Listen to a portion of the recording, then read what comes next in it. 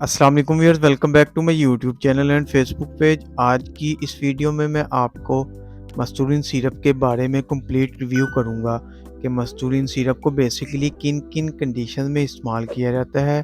Females में इस्तेमाल किया जाने वाला ये सिरप 120 ml की पैकिंग में अवेलेबल होता है। इसके बेनिफिट्स, यूजेस, तरीका इस्तेमाल के बारे में मुकम्मल रिव्यू करेंगे।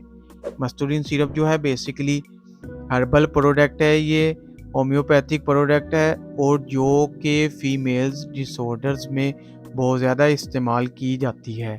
यानी इस सिरप को इमराज़ निस्फ़ा को ट्रीट करने के लिए बहुत ज़्यादा इस्तेमाल किया जाता है।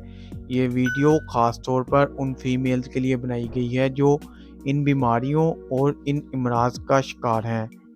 तो मस्टोरिन सिरप किस तरह से इस्तेमाल किया जाता है वो भी इस वीडियो में मैं आपको बताऊंगा। अगर हम इस कंपोजिशन देखें तो इसमें तमाम इंग्रेडिएंट्स हर्बल हैं। इसमें 8 हर्बल इंग्रेडिएंट्स पाए जा रहे हैं और सब के बहुत ही डिफरेंट इफ़ेक्टिव हैं, फंक्शन है। अगर हम इसके पर्पज़ की तरफ आएँ तो इस सिरप को हम किन डिज़ीज़ में इस्तेमाल करते हैं, तो मस्टोलिन सिरप को हम सबसे ज़्यादा जो इसको इस्तेमाल किया जाता है वो फीमेल्स में रेगुलर पीरियड्स के लिए किया जाता है। यानी हैज़ के मसाइल को हल करने के लिए किया जाता है। वो फीमेल्स या वो गर्ल्स जिनमें रेगुलर पीरियड्स का प्रॉब्लम रहता है, यानी उनको माहवारी की बाकायदगी नहीं रहती है, तो पीरियड्स को रेगुलर बनाने के लिए इसका इस्तेमाल फीमेल में बहुत ज़्यादा किया जाता है।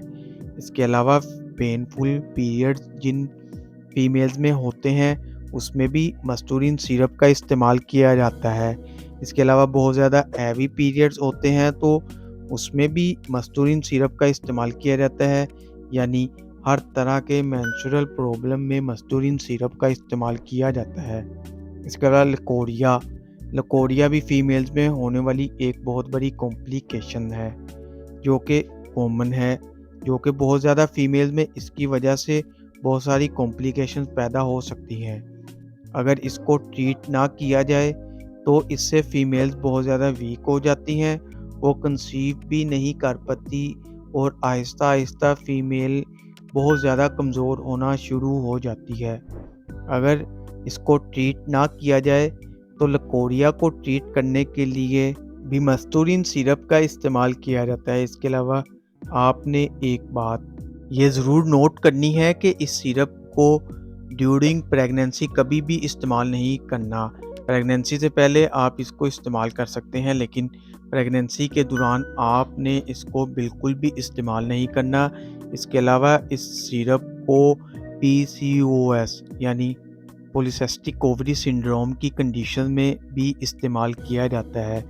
यानी वो कंडीशन जिसमें आपकी यूट्रस में रसोली बन जाती है, आपको बहुत ज़्यादा पीरियड्स का प्रॉब्लम हो, तो इस कंडीशन में भी मस्तूरिन सिरप का इस्तेमाल किया जाता है। ये थे इस सिरप के तमाम बेनिफिट्स। अब बात करते हैं इसकी डोज़ के बारे में कि इसको आप किस तरह इस्तेमाल कर सकते हैं।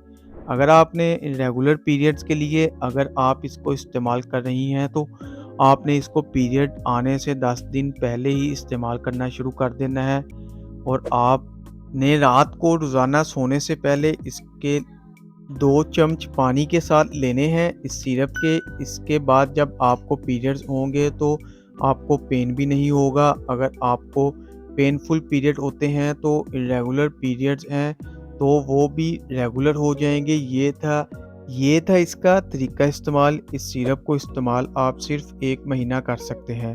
अगर आपने सिरप खोल लिया है तो आप इसको 1 महीने के अंदर अंदर इस्तेमाल करेंगे। 1 महीने के बाद इसको इस्तेमाल नहीं करेंगे। ये टोटली हर्बल और होम्योपैथिक सिरप है, तो इस वजह से इसके कोई साइड इफ़ेक्ट्स नहीं हैं।